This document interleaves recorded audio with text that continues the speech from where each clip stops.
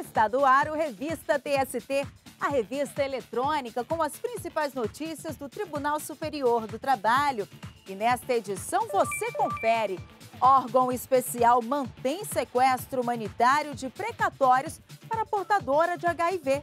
Despesas com lavagem de uniforme comum não devem ser indenizadas pelo empregador. No quadro Quero Post, saiba o que pode e o que não pode ser anotado na carteira de trabalho.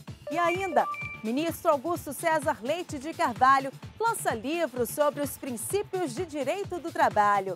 O Revista TST começa agora!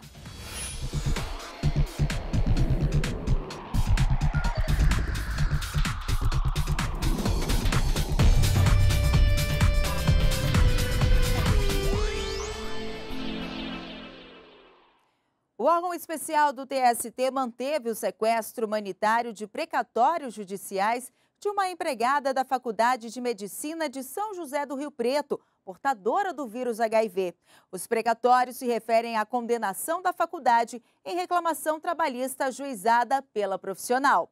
E quem tem mais detalhes para a gente desse caso é a repórter Luana Carvalho. Olá, Luana. Olá, Ana Amélia. Em primeiro grau, a empregada conseguiu antecipar parte do pagamento, conforme estabelece a Constituição Federal. O restante do crédito seria pago na ordem cronológica. Mas, em novo pedido, a profissional argumentou que, devido ao uso de muitos medicamentos e dos efeitos colaterais produzidos, precisa se submeter regularmente a procedimentos cirúrgicos, o que aumenta as despesas mensais. Por isso, pediu o pagamento do restante do crédito com fundamento no princípio da dignidade da pessoa humana. Veja os detalhes do caso na reportagem. No Tribunal Regional do Trabalho da 15ª Região em Campinas, a Procuradoria do Estado de São Paulo, responsável pela defesa da faculdade, alegou que a profissional já havia sido beneficiada pela preferência no pagamento do precatório nos limites fixados em lei. A Procuradoria argumentou ainda que, segundo o entendimento do Supremo Tribunal Federal, a Emenda Constitucional 62 de 2009, conhecida como Emenda dos Precatórios, e que veda o sequestro de renda e estabelece limites para os pagamentos, deve ser aplicada até dezembro de 2020. O regional, no entanto, autorizou o sequestro de quantia suficiente para a liquidação dos créditos devidos. Para o TRT, a situação financeira e de saúde da empregada é bastante delicada e também afeta o filho dela, menor de idade. A faculdade recorreu ao TST, sustentando que o sequestro de renda determinado viola os princípios constitucionais da razoabilidade e da proporcionalidade. O relator do caso no órgão especial, ministro José Roberto Freire Pimenta, reconheceu que a lei estabelece as circunstâncias em que o credor de precatórios deve ter tratamento prioritário. No entanto, para o ministro, existem situações excepcionais em que portadores de doenças graves correm risco de dano irremediável à saúde ou mesmo à vida e, por isso, não podem aguardar a tramitação do precatório, mesmo que na ordem preferencial. O ministro citou ainda precedentes que autorizam o sequestro humanitário em situações excepcionais, como a do caso, de forma a garantir a supremacia do direito à vida e à dignidade da pessoa humana. Todos os ministros acompanharam o relator. E veja mais um caso de destaque julgado pelo Tribunal Superior do Trabalho. Os adicionais previstos na Constituição Federal e na legislação trabalhista, como os referentes à hora extra, trabalho noturno, periculosidade e insalubridade, não podem ser incluídos na base de cálculo do piso salarial dos empregados da Petrobras. A RMNR, Remuneração Mínima de Nível e Regime, foi instituída em acordo coletivo de 2007 para padronizar os valores pagos aos profissionais. Com a decisão do Tribunal Pleno do TST, por 13 votos a 12, a Petrobras terá de pagar um valor maior para que os salários dos empregados alcancem o piso definido na RMNR. O relator, ministro Alberto Bresciani, votou no sentido de que a inclusão dos adicionais constitucionais e legais ofenderia os princípios da isonomia, da razoabilidade, da proporcionalidade e da realidade, além de limitar a autonomia da vontade coletiva. considerando os fatos pretéritos e contemporâneos às negociações coletivas que levaram à criação da remuneração mínima por nível e regime, RMNR, pela Petrobras e empresas do grupo, positivas, sem que tanto conduza à vulneração do artigo 7º, 26 da Constituição Federal, que os adicionais de origem constitucional e legal, destinados a remunerar o trabalho em condições especiais ou prejudiciais, adicionais de periculosidade, insalubridade, adicionais pelo trabalho noturno, de horas extras, repouso e alimentação e outros, não podem ser incluídos na base de cálculo para apuração do complemento da RMNR, sob pena de ofensa aos princípios da isonomia, da razoabilidade, da proporcionalidade, da realidade e pela insta-limitação à autonomia da vontade coletiva. O presidente do TST, ministro Brito Pereira, votou com o relator. A negociação coletiva não pode excluir direito constitucional. E, como exemplo, posso dar o adicional de periculosidade, de trabalho noturno, repouso e alimentação. Para mim, esse não pode ser excluído da negociação coletiva. Para mim, incluir essas verbas de natureza constitucional na cesta criada, e cesta aqui eu falo na expressão mais pura da palavra, na cesta que forma esse cálculo do parágrafo 1º, do parágrafo 2º, importa numa complexidade que a nossa jurisprudência antiga repudia, antiga e atual. A ministra Maria de Assis Calcin, revisora do processo, divergiu do relator. De acordo com a revisora, os adicionais e vantagens decorrentes do regime e ou da condição especial de trabalho, vindos de lei ou de norma convencional, também integrariam o cálculo das parcelas dedutíveis da RMNR, para apuração da verba complementar a esse título. A categoria profissional tinha pleno conhecimento e aceitação da base de cálculo defendida pelas empresas do sistema Petrobras e que, nesses moldes, foram, portanto, celebrados os sucessivos acordos coletivos de trabalho. É o que se verifica a seguir, ainda levando em consideração o contexto fático que envolve a empresa Petrobras. O termo aditivo ao Acordo Coletivo de Trabalho 2005-2007, em que prevista a instituição da RMNR, foi firmado em 3 de setembro de 2007 para ter vigência a partir de 1º de julho daquele ano. A ministra Maria de Assis Calcin foi seguida pelos ministros Renato de Lacerda Paiva, Ives Gandra da Silva Martins Filho, Emanuel Pereira, Aloísio Correia da Veiga, Dora Maria da Costa, Guilherme Caputo Bastos, Márcio Eurico Vitral Amaro, Alexandre Agra Belmonte, Douglas Alencar Rodrigues, Breno Medeiros e Alexandre Luiz Ramos. Mesmo com a divergência, o voto do relator, ministro Alberto Bresciani, pela não inclusão dos adicionais, venceu por maioria. O relator foi seguido pelo presidente do TST, ministro Brito Pereira, e pelos ministros Lélio Bentes, Vieira de Melo Filho, Valmir Oliveira da Costa, Maurício Godinho Delgado, Kátia Magalhães Arruda, Augusto César Leite de Carvalho, José Roberto Freire Pimenta, Delaide Miranda Arantes, Hugo Scheuermann, Cláudio Brandão e Maria Helena Malman. A decisão tomada no pleno do TST seguiu a sistemática dos recursos repetitivos, ou seja, será aplicada a todos os casos semelhantes em tramitação na Justiça do Trabalho. O pleno decidiu, no entanto, que adicionais previstos em normas coletivas, regulamento empresarial ou contratos individuais de trabalho podem ser integrados ao salário base da categoria. E já está no ar a série multimídia Copa, Trabalho e Justiça. São várias reportagens com temas atuais do direito desportivo sob a ótica do direito do trabalho. A série aborda ainda aspectos do trabalho em dias de jogos do Brasil na Copa, como mudanças no expediente, folgas e compensação de horas. As reportagens estão sendo publicadas no portal do TST, na Rádio do Tribunal, no canal do TST no YouTube e nas redes sociais. E depois do intervalo, o que pode e o que não pode ser anotado na carteira de trabalho é no quadro Quero Post.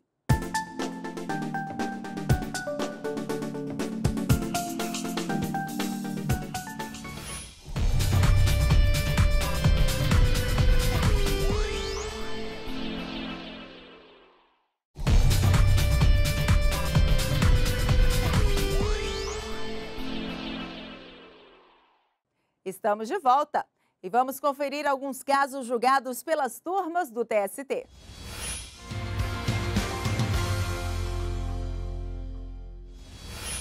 E eu começo o nosso giro com o destaque da terceira turma.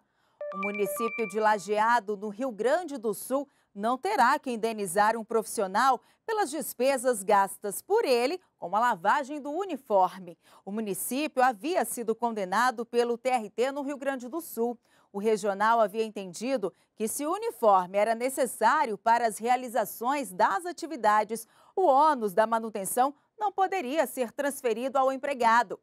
Ao julgar o recurso do município ao TST, o relator, ministro Alexandre Agra Belmonte, explicou que a terceira turma entende que a empresa somente é responsável pelas despesas com lavagem de uniformes quando são exigidos cuidados especiais de higienização, o que não era o caso do profissional. E o Banco Bradesco terá que indenizar uma bancária que ficou incapacitada para o trabalho em decorrência de doença ocupacional. A decisão é da sétima turma. A empregada do Banco Bradesco conseguiu, em segundo grau, a indenização por dano moral, mas o pedido de reparação material havia sido negado pelo Tribunal Regional do Trabalho da 15ª Região em Campinas.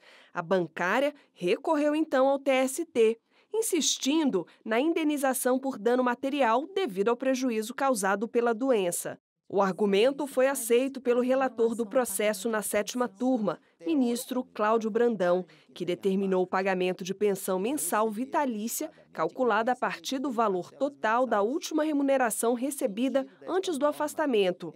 Ficou definido ainda o pagamento em parcela única, com aplicação do redutor de 30% sobre as parcelas ainda não vencidas.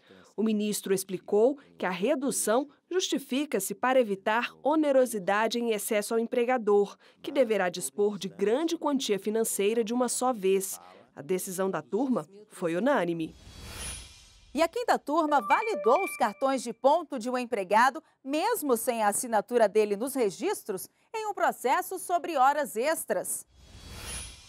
O Tribunal Regional do Trabalho, no Rio de Janeiro, havia concedido o pagamento de horas extras com base na jornada relatada pelo profissional e confirmada por testemunhas. Em defesa, a empresa apresentou cartões de ponto com informações diferentes das relatadas pelo empregado, mas como o documento não tinha a assinatura dele, foi desconsiderado pelo TRT.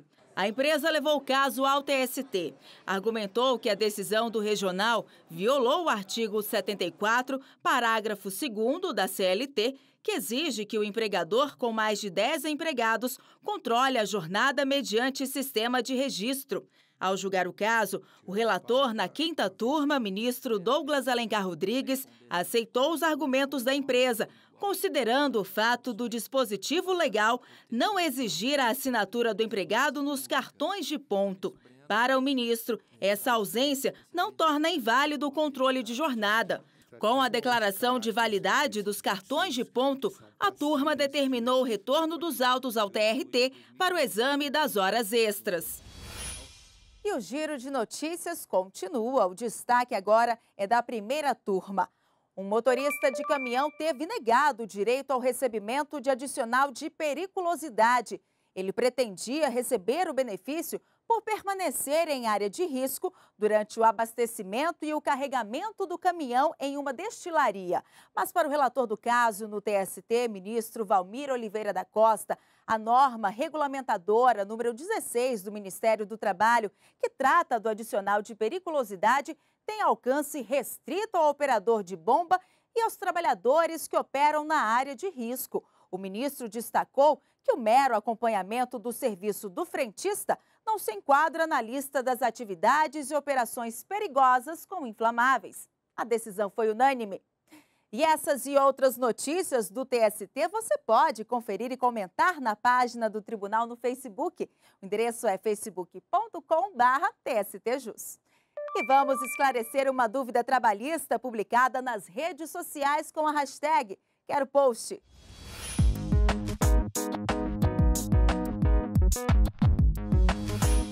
E E a dúvida de hoje, publicada no Facebook com a hashtag Quero Post, é sobre anotações na carteira de trabalho. A Raquel Queiroz quer saber se pode registrar advertência e exclusão de cargo por falta de confiança sem justa causa. Veja a resposta na reportagem. Hoje o Daniel é dono do próprio negócio. Ele é proprietário de uma lan house. Mas antes disso, quando ainda era empregado, teve uma tremenda dor de cabeça por causa de uma anotação na carteira de trabalho. Ele foi contratado por uma empresa do Distrito Federal como estagiário, mas exercia a função de analista técnico, um cargo que poderia ser ocupado apenas por concursados. Por causa disso, Daniel entrou na justiça e pediu vínculo de emprego. Após vencer o processo, a carteira foi assinada. Só que na página de anotações, a empresa deixou claro que apenas contratou o Daniel para cumprir uma ordem judicial. Eles fizeram uma menção lá na carteira que ela foi assinada por ordem judicial. Então, através daí, minha advogada resolveu entrar com outro processo por danos morais, né, em vista dessa anotação desabonadora na carteira. Mais uma vez, Daniel levou o caso à justiça e a empresa foi condenada a pagar indenização por dano moral no valor de R$ 5.000. A decisão foi do TRT da 10ª Região, aqui no Distrito Federal, que entendeu que a anotação foi desabonadora e que poderia trazer dificuldades para o trabalhador conseguir um novo emprego. Além disso, Daniel pôde tirar outra via da carteira de trabalho. De acordo com o ministro do TST, Breno Medeiros, qualquer tipo de anotação na carteira de trabalho que possa prejudicar o profissional não pode ser feita. Esse tipo de anotação ele é vedado pela CLT quando você causa um dano ao empregado ou dificulta com que ele tenha uma nova reinserção na relação dentro do mercado de trabalho. Então, nós vemos que a legislação no artigo 29, parágrafo 4º da CLT, ela determina que é vedado ao empregador efetuar esse tipo de anotação. Segundo o artigo 41 da CLT, podem ser anotadas no documento profissional informações como qualificação civil ou profissional de cada trabalhador, dados relativos à admissão no emprego, duração e efetividade do trabalho, férias, acidentes e demais circunstâncias que interessem à proteção do trabalhador. O TST, a jurisprudência aqui, ela é pacífica, que gera dano moral ao trabalhador e ele não precisa fazer prova dele. É o simples fato de estar anotado na carteira de trabalho, uma dessas atitudes desabonadoras é que gera o dano moral. E no próximo bloco, ministro Augusto César Leite de Carvalho lança livro no TST.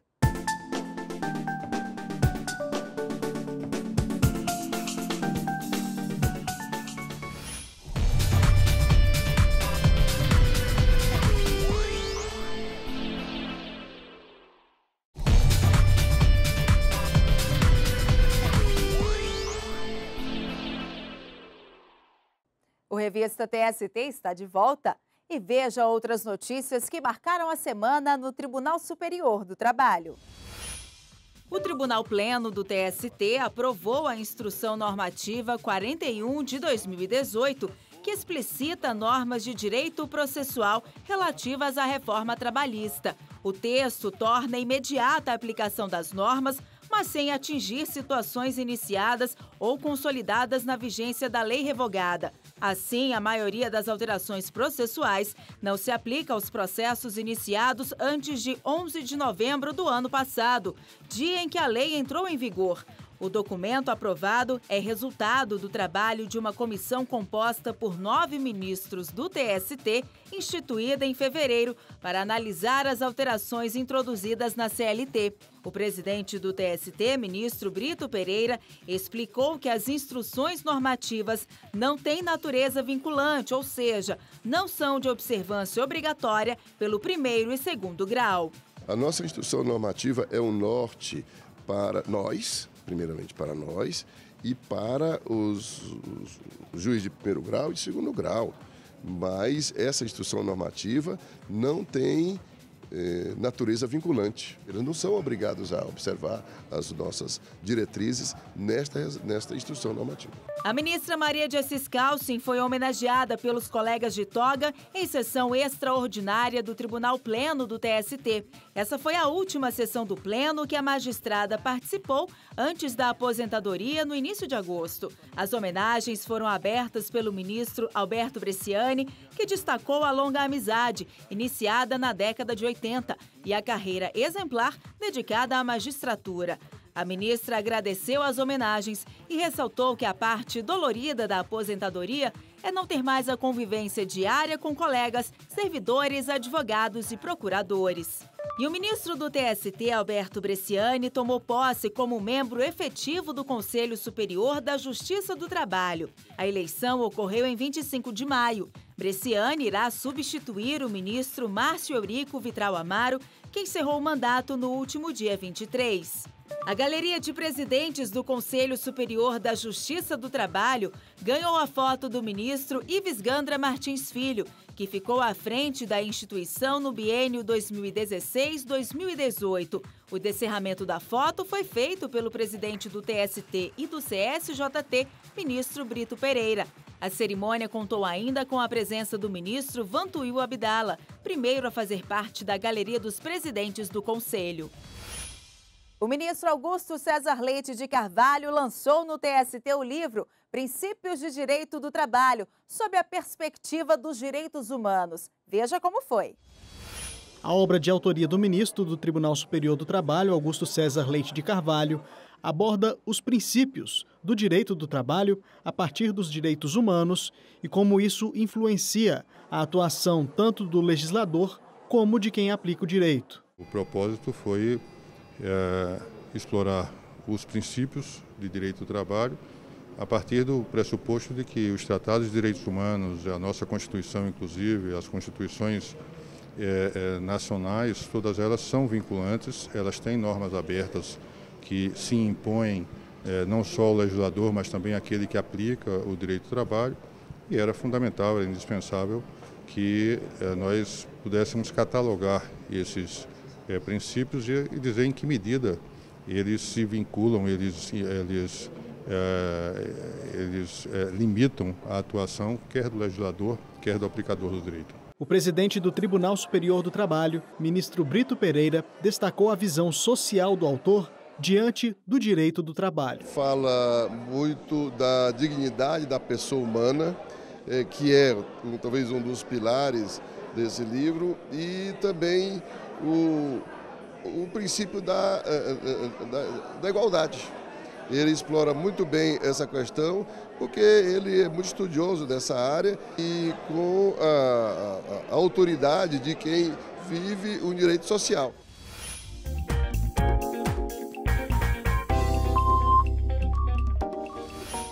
Você já sintonizou na Rádio Justiça para ouvir o programa de rádio do TST? Ele vai ao ar de segunda a sexta-feira, às 10h50 da manhã. E quem vai dar mais detalhes para a gente sobre o programa é o apresentador Rafael Silva.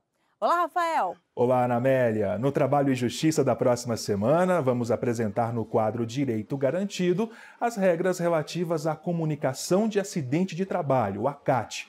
O documento é emitido pela empresa para registrar um acidente de trabalho ou doença ocupacional. Na reportagem especial, vamos abordar os riscos, desafios e direitos dos profissionais da saúde que trabalham em hospitais. E o pagamento de dívida trabalhista pode ocorrer durante o processo de recuperação judicial? A resposta você confere no quadro Pode ou Não Pode. Tudo isso no Trabalho e Justiça, que vai ao ar de segunda a sexta-feira, às 10h50 da manhã, na Rádio Justiça. Também é possível acompanhar tudo pela página da rádio no site do TST. É com você, Ana Amélia. Muito obrigada, Rafael, e até a próxima. E chegamos ao fim de mais uma edição do Revista TST. Outras notícias sobre o Tribunal Superior do Trabalho você confere ao longo da semana no nosso site e também pelas redes sociais. Muito obrigada pela companhia e até o próximo programa.